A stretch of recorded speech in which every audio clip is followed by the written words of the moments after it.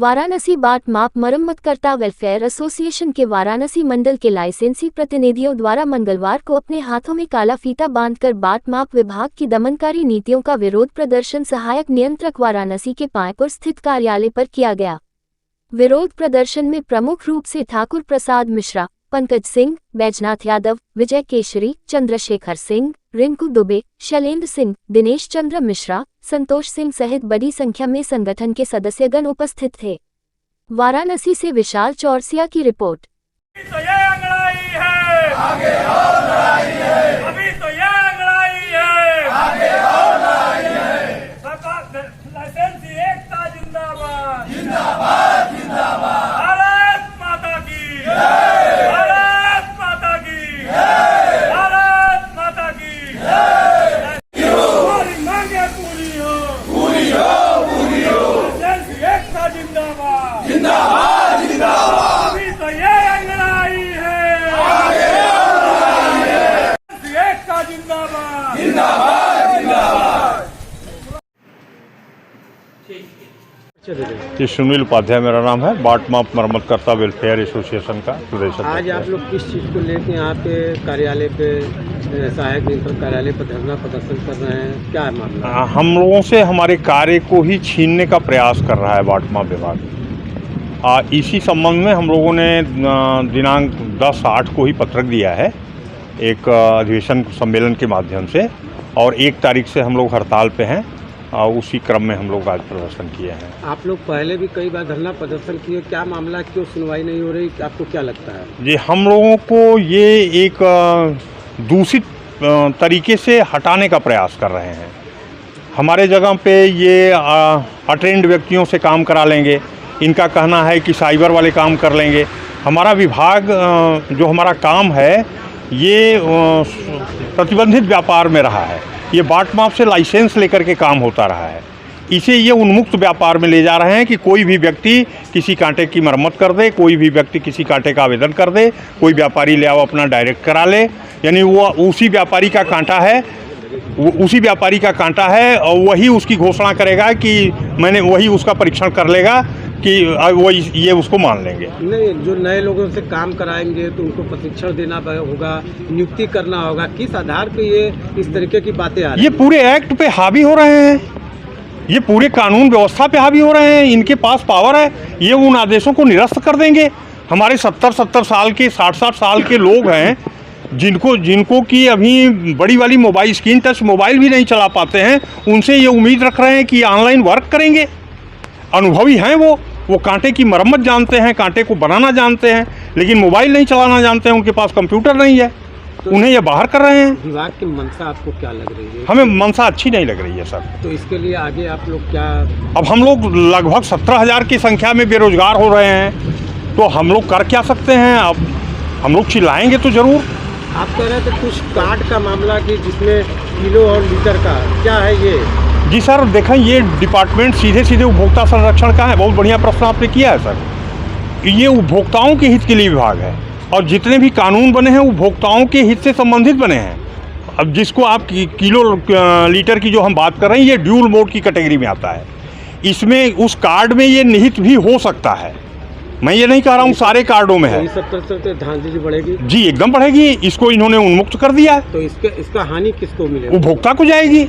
तो विभाग और जो गलत मंशा वाले हैं वो हमारे समक्ष अपने कांटे को प्रस्तुत नहीं करेंगे। तो विभाग क्या ये जानबूझ से करने जा रही है क्या? किस तरीके से, क्यों ऐसा व्यवहार विभाग का? अगर सरल नहीं करेंगे तो किसी प्राइवेट व्यक्ति को दे कहाँ से पाएंगे?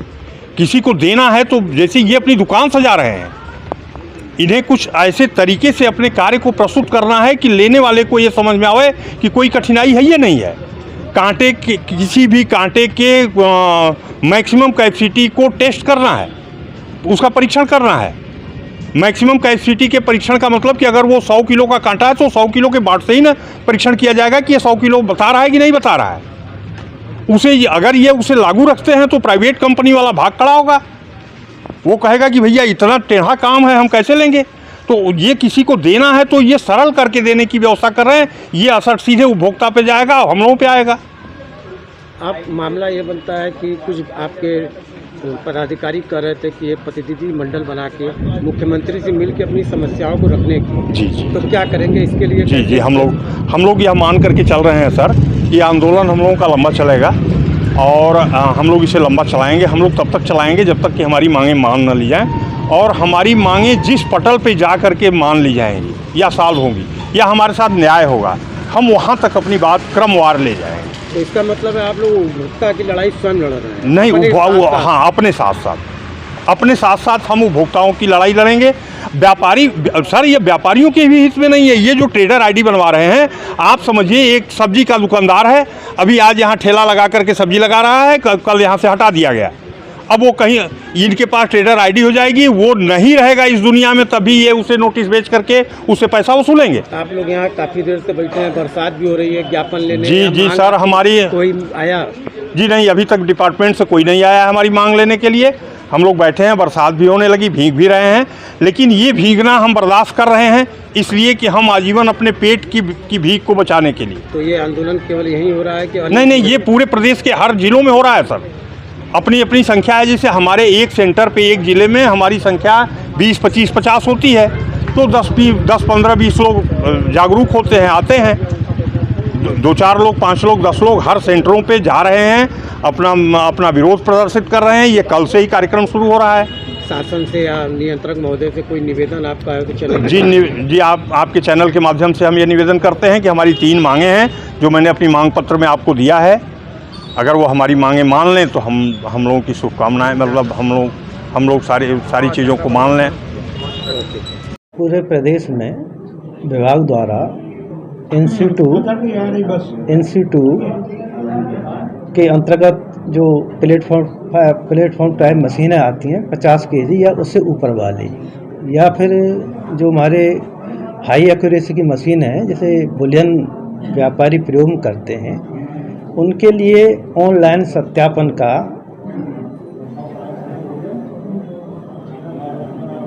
नियम जारी हुआ है।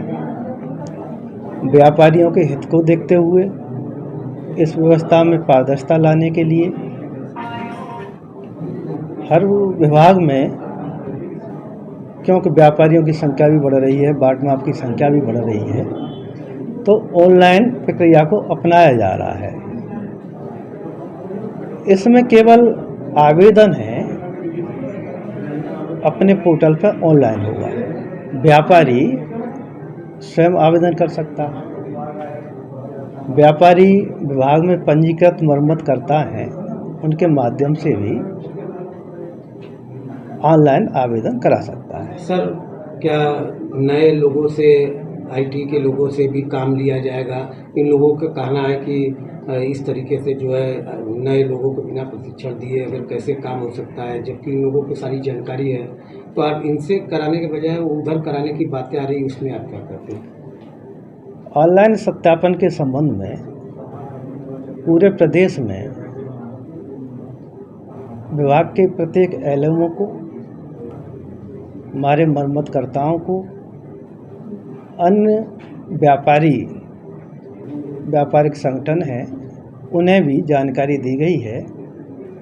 ऑनलाइन भी ट्रेनिंग दी गई है, ऑफलाइन भी हमारे विभाग द्वारा हर जनपद में जाकर के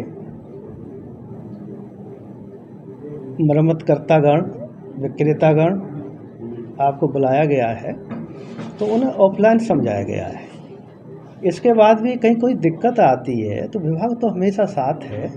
लोगों ने धरना प्रदर्शन किया है बाट माप विभाग के एसोसिएशन द्वारा, और उनकी कुछ मांगे आज ज्ञापन भी दिया गया, क्या कहेंगे इसको लेकर? देखिए, ये लोग जो कह रहे हैं कि केवल प्रक्रिया ऑनलाइन की गई है, बाकी सारी व्यवस्थाएं सत्यापन मुद्रांकन की पड़ी है, सेम वही है, केवल उसका प्रारूप जो है ऑनलाइन कर दिया गया। इससे कई चीज़ इन लोगों को भी सहूलियत होगी, हर व्यापारी का डाटा इनके पास होगा, मालूम होगा इन्हें कि समय से पहले कब इनका सत्यापन कराना है, उसके पहले व्यापारी को ये सूचित कर देंगे, और बाकी कोई परिवर्तन नहीं होने वाला। कुछ कन्फ्यूजन की स्थिति को लेके है क्या मामला? कहीं ऐसा तो नहीं है कि किसी और से कार लिया? नहीं, ऐसा कोई नहीं है, ये सारे लोग ऐसे ही काम करते रहेंगे, इन्हीं के माध्यम से ही होना है।